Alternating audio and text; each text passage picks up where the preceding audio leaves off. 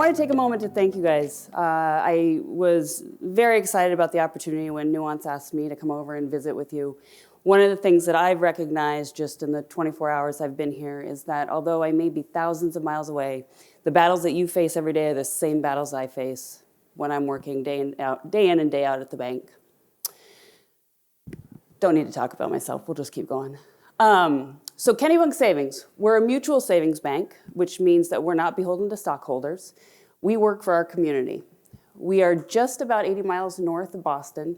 Even in the US, sometimes people stop and ask me if Maine is still in the United States or is it really a part of Canada. So I get it if you don't get it.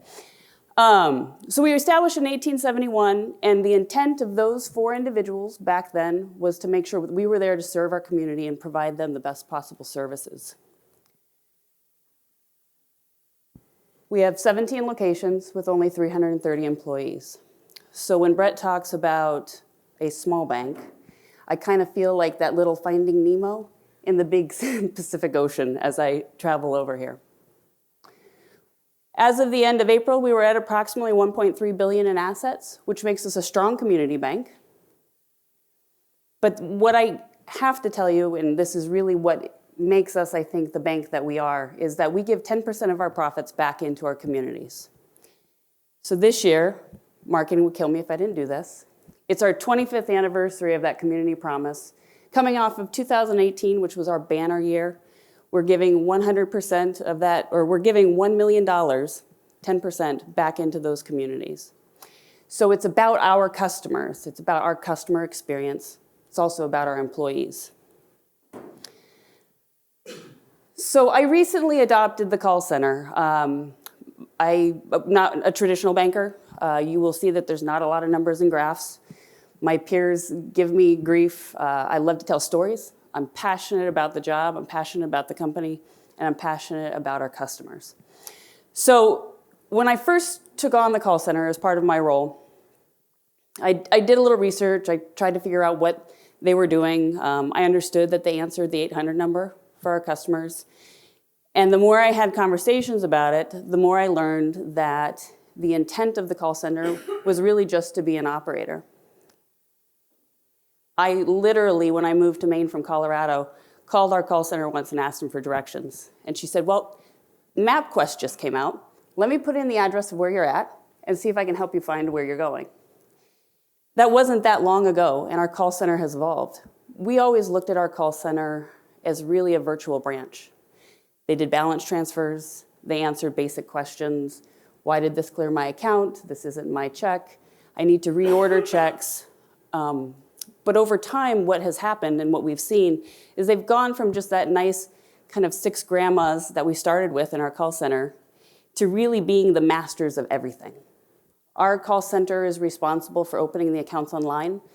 They're responsible for directing calls out to our branches. They're responsible for all of the e-services or electronic services that have developed, which continues to grow. So this is our call center today.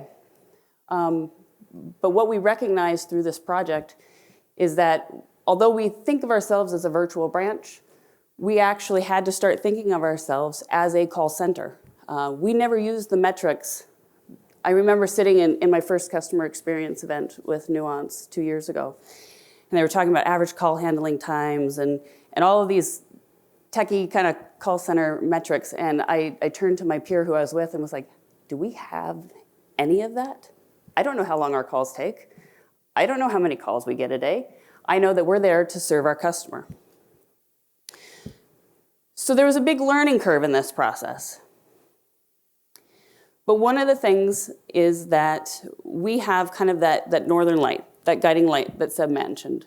And it's really 4 things. Everything that we do at our organization is based on the safety and security, courtesy, the customer experience, the employee experience, and being efficient. Because if we're not efficient, we're not making that profit. We're not able to give it back to our communities. So as we travel down this path, why voice biometrics? Small community bank, sleepy little New England town. Nobody in our area is doing this. And we found that we were working to answer a question we hadn't quite recognized yet. So the call center what they do today is that frictional conversation.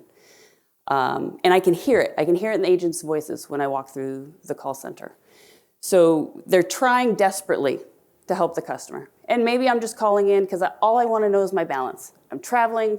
I left my phone. I just need to know what's going on in my account for the day. They're going to start by asking me my Social Security number. Well, since the credit bureau's breach, everybody probably has my Social Security number in the United States and around the world. They're going to ask me my date of birth. Well, if anybody's on social media, they've probably seen somebody wish me happy birthday at some point. They might have seen my 40th birthday. They can do the math. Fraudsters can get my date of birth. One of the other questions they may ask me is my mother's maiden name. Again, you go back to social media, or you know my family, they're going to know what my mother's maiden name is. So what we did is we started asking more questions. And we recognized that we were still and felt proud to be providing that extreme level of customer service. We were doing the same thing our peers were doing, but we were making it harder for our customers to do business for us. No different than the bank up the street from us, but that's not how we are, that's not who we are, so we had to find a way to make it easier. Now, when Brett was speaking, my mind was racing all across, and I am a storyteller, so I'm going to do my best not to go on.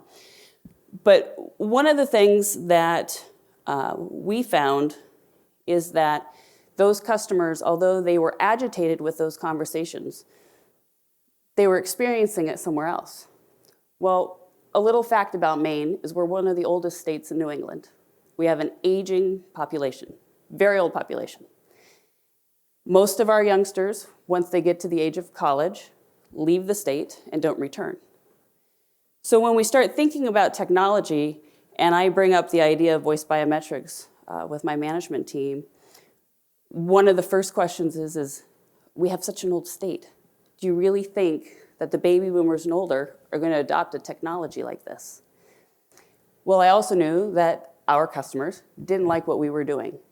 And we needed to find a way to continue to innovate, continue to provide them the security that they asked for, but help them get there and help them become comfortable with it. So we actually launched free speech 4 months ago, actually today. It's still very much in its infancy. We are the first community bank in New England to have done something like this. And our biggest thing was to eliminate that need for that frictional conversation with the customer. Now, my CFO will hate this piece of my conversation with you, but I look at it from a customer experience. He looks at it for a return on investment. Now, there is a return on investment. I know that, and I know we'll get there. But for me, it's about keeping those customers, making sure that they're happy and they're not going to the competitor next door. So I'm not a runner, but the way I talk about it with my staff is that this is a series of track events.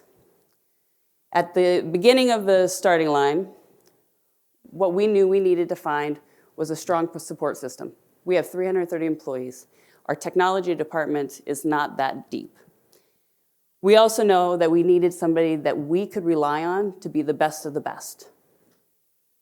We needed to be able to communicate that story to our customers, and we needed to be able to turn to them and say, we found the absolutely best product out there, the most knowledgeable service, and be able to rely on them to be able to help us implement it.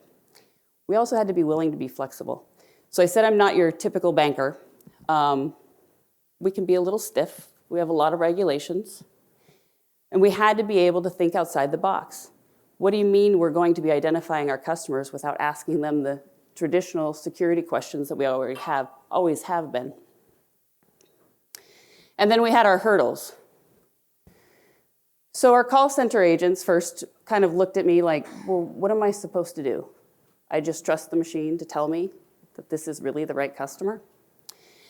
We had to understand the data. So going back earlier when I said we had no idea how many calls we were getting, we didn't measure our average call handle time, that was another hurdle that we faced on that race, was really trying to decide what data do we have, what data is important to us, and where can we begin to excel or improve.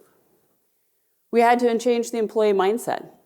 When we first announced this or had conversations with our staff about it, the first thought is, what am I supposed to be selling the customer? And we had to get out of that sales mentality. Because what we're doing here when we're having our customers enroll is we're not selling them anything. We're helping them make the experience better when they interact with us on a day-to-day basis. And then there was always the we didn't know what we didn't know. Going from a non-traditional contact center to launching a voice biometric, we knew there were going to be obstacles that appeared along the way, and we had to again be willing to be flexible so that we could get past those. So our first race, our agent experience has absolutely improved. When I talked about walking through the call center, you can hear them having that conversation with the customer, and I kind of call it the drive-through voice. I don't know if you've paid attention with your friends, but when you drive your car up and you get to that little machine to tell them what you're ordering, your voice changes tone. Pay attention when you're with somebody. It really does happen. So our agents were doing that. They would be really helpful, very welcoming to the customer, and then you'd hear them start that identification process. And you could hear, it didn't become a negative experience, but you could almost hear the apprehension in the customer, in the agent's voice, in having that identification conversation with the customer. Because like Brett said with the Wall Street Journal article, what Brad noted was that it took us a long time to answer all of those questions to get to, your balance today is $753. Thank you for calling. Positive customer feedback. So we talked about the aging society. I figured we'd probably have a limited enrollment with our older customers, but what we've seen is that their adoption rate has been the same as any other demographic that we've had. We may have had a little bit more time explaining the technology to them, but once they understood that they didn't have to answer all those questions. Their feedback and their adoption has been just the same. And our average call time actually has been reduced. I found it, we know where it's at, and we do see it going down. One of the things that we have found is that we spend more time right now explaining it to our customers. When you get legal involved, they like to make their mark on things. So part of our enrollment process is we require our customers to actually opt in. So while we're having the conversation with them, what we want to do is get that affirmative consent that they understood what we've talked about and that they're going to go ahead and enroll in voice biometrics. So right now, although we see the enrollment calls, average call handling time higher, we will see a reduction once we get more of our customers enrolled in the product. But that's only the first event of this race, or this meet. So the next pieces that we're really focusing on, seeing that we're only 4 months into it, is our opt-outs, our lost opportunities, and staffing. Any organization across the world will always have issues with staffing. You're shorthanded, they're out sick, they've taken another opportunity, you've helped them advance and promote them within the organization. You often are running maybe a couple of people behind throughout periods of time in your organization. We know that's always going to be there for us, but the more enrollments we get, the faster those calls happen, the more we can help our customers. Those staffing issues aren't going to be as big of a hit to us in our day-to-day environment because those calls are going to move a lot faster for us. So Brett stole this, but yes, we spent over half of our time on our phone calls identifying the customer. So this is me trying to be the banker and giving you the numbers. Since January 15th when we went live, we've had approximately, well, actually she gave me exact numbers, 41,508 calls presented to us. We've handled 38,000 of those calls. Part of this project we recognized is that our 17 locations all had direct dial numbers into their banking offices. So not every customer was calling in to our contact center, which meant if we were going to go live and be successful with this project, we needed to be able to bring all of those calls in to the central focal point and give every customer the same experience. So through the course of the project last year, we slowly transitioned all 17 of those branches. All those calls now come in. So between our calls presented and our calls handled, we do know that we're still transferring some calls into the banking office, but we're really trying to keep a majority of them. Our average call handling time right now is approximately 3 minutes. And as of Monday, we had 2,200 enrollments. But what has impressed me, and I don't know, Brett could probably speak to this better than I could speak to you about it, but the almost 3,800 verifications tells me, when I'm looking at the data, that we've already hit those repeat callers, those that call us every day for their balance, those that call us because we may be the only person they talk to for the day. They know the agent, they just call in to be friendly. So I know we've already tapped into where we want to be. Now we need to start working on those customers that call once a year, twice a year, 4 times a year. And for me, it's even more critical for us to work and penetrate into that caller group because we don't speak to them frequently. Our agents still recognize voices. They still know our customer in a different way that they did years ago. But we need to work on making sure that we tighten that experience and that we capture those customers as well. So our opt-outs, 500. Now, my call center manager knows anytime she gives me numbers, the first thing I'm going to do is ask her, well, why did 500 people opt out? This doesn't make any sense. You had the audio. They should have said yes. What's the problem? But when she drilled down into it for me, I felt really good that our message to our customers was working. Because although I've had 500 customers opt out to this point, only 7 of those 500 had privacy concerns. 14 just didn't want us to solicit. We probably have them on a do not mail list somewhere as well. 8 didn't believe it was secured, and only 13 didn't want to have their voice recorded. So really, out of that 500, what is about 450 just didn't have time in that moment to enroll. We're going to get them. We're going to get them on the next call. We're going to get them on the call after that. But that tells me that our marketing message has worked and that our customers understand what we're trying to do, and it's just going to take us a little bit of time. So talking about communication, small little town in New England. Nobody else is doing this.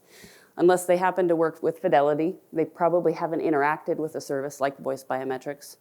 So how are we going to have this conversation with the customer? It's new to our employees too. You're doing what? What's happening in the call center? How are you storing the voice? Is somebody going to be able to hear my conversation later if they want to? So really, we had to look at it and get away from the silos that we often have within the organization.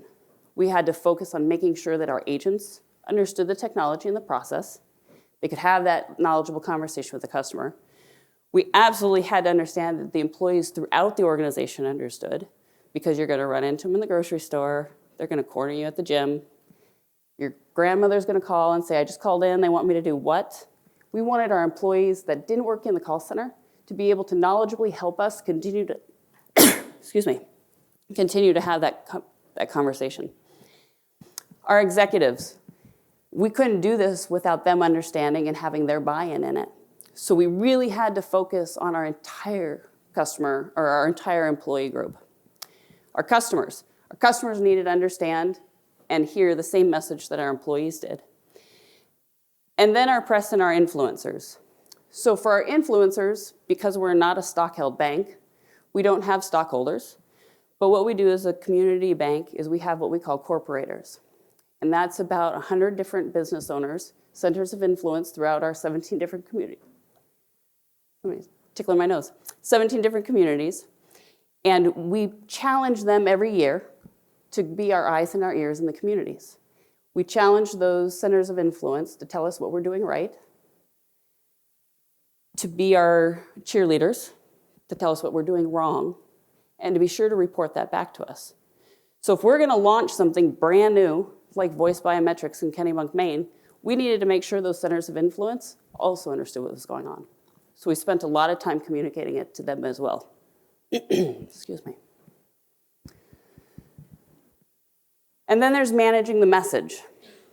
It's new. If we let this message get derailed and we let one customer or one bad quote to the press, that train was going to go off the tracks very quickly. And we had that conversation continuing day in and day out. And although I'm not going to bore you by reading the whole slide, Forrester in October presented a really, really great article. But what it said was, poor biometric rollouts can hurt your business, causing customers or employees to lose trust in your firm. That's a big risk. Those profits that we make every year, the good that we're able to do for our community, if we fail here and lose their trust, we're not going to be a successful organization moving forward.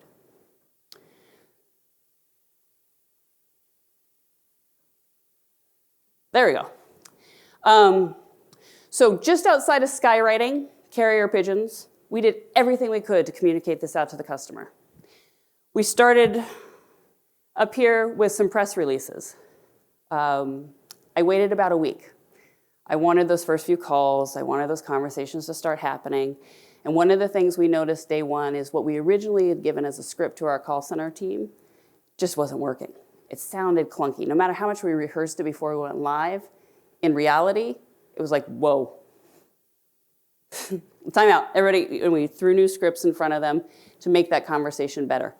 So I didn't want to do a press release and have somebody from the press call us day one and us be tripping over our tongues trying to have that conversation.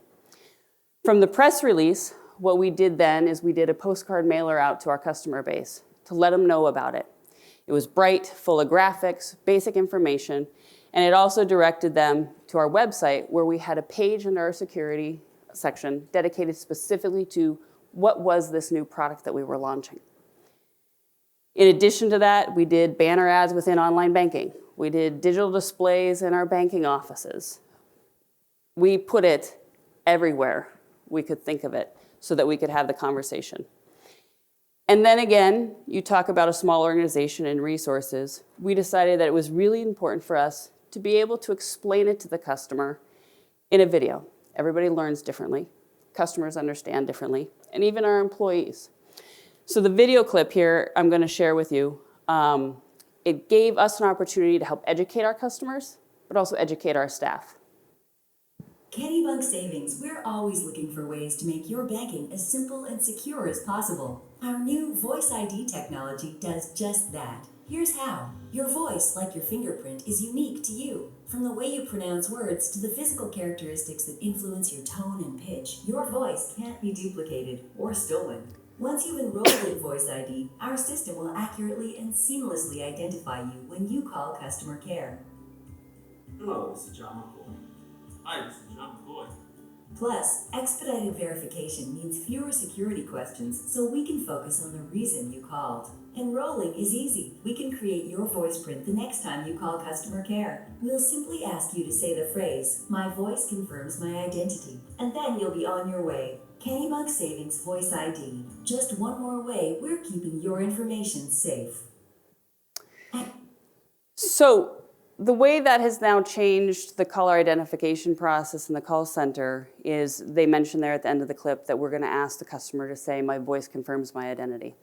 That's what our legal department has encouraged us to do to get the opt-in from our customer. By the time the customer has had the conversation about what they originally called in for, really, we've already got the audio we need, but it's going to be a battle that I might continue to have with legal because I would like to just be able to get them enrolled without it.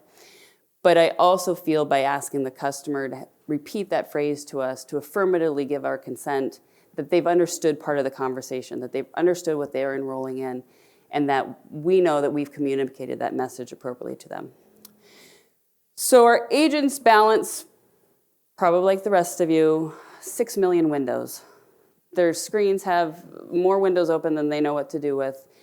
And we want to make sure that we're pulling up the customer information as quickly as possible while identifying the customer as quickly as possible. So in order to do that, we still need to be able to get something from the customer regarding what their account number is. We never usually ask for their account number unless they give it to us. So we had to train our agents to ask for that information differently so it didn't sound like identification. Because why enroll in Voice Biometrics if when you call in you're asking me some identifying information? So our agents now, when a customer calls in, would say, "Absolutely, Erica, I'd be happy to pull up that information. So I can pull up the right account. Can you just provide me the last 4 digits of your social?" Our agents are able to immediately pull up the customer information, which is those last 4 digits of the social. But what they're doing in that time is they've already entered the customer ID number, which we saw in the GUI demo, and they've already identified the customer by the time the agent then says, "Absolutely, how may I help you today?" What we have also chosen to do, just to give our customers peace of mind, especially in the early stages, is the agent will then go back to the customer and say, I've positively identified you with Voice ID. I've got your balance here. It's $750. Is there anything else I can do to assist you? That call has gotten so much smoother, so much shorter, and we really are getting back to the passion of why we started as a community bank and helping the customer. So yes, my little Nemo swimming in the big Pacific Ocean. Brett said exactly that. To see our name appear in some of these national publications has been pretty awe-inspiring. We talk about it often. It's not something that we ever expected. But what we hope is that we're not the only bank in New England that adopts this. We're excited to be the first. Don't get us wrong. We like to be competitors. But if we don't have our peers look at technology like this and start adopting technology like this, then we're not doing our best as a group to be able to combat the fraud. So what we want to be able to do is get our name out there to help others understand how it has made us better at what we do, serving our customers, but also better as a financial crime fighter.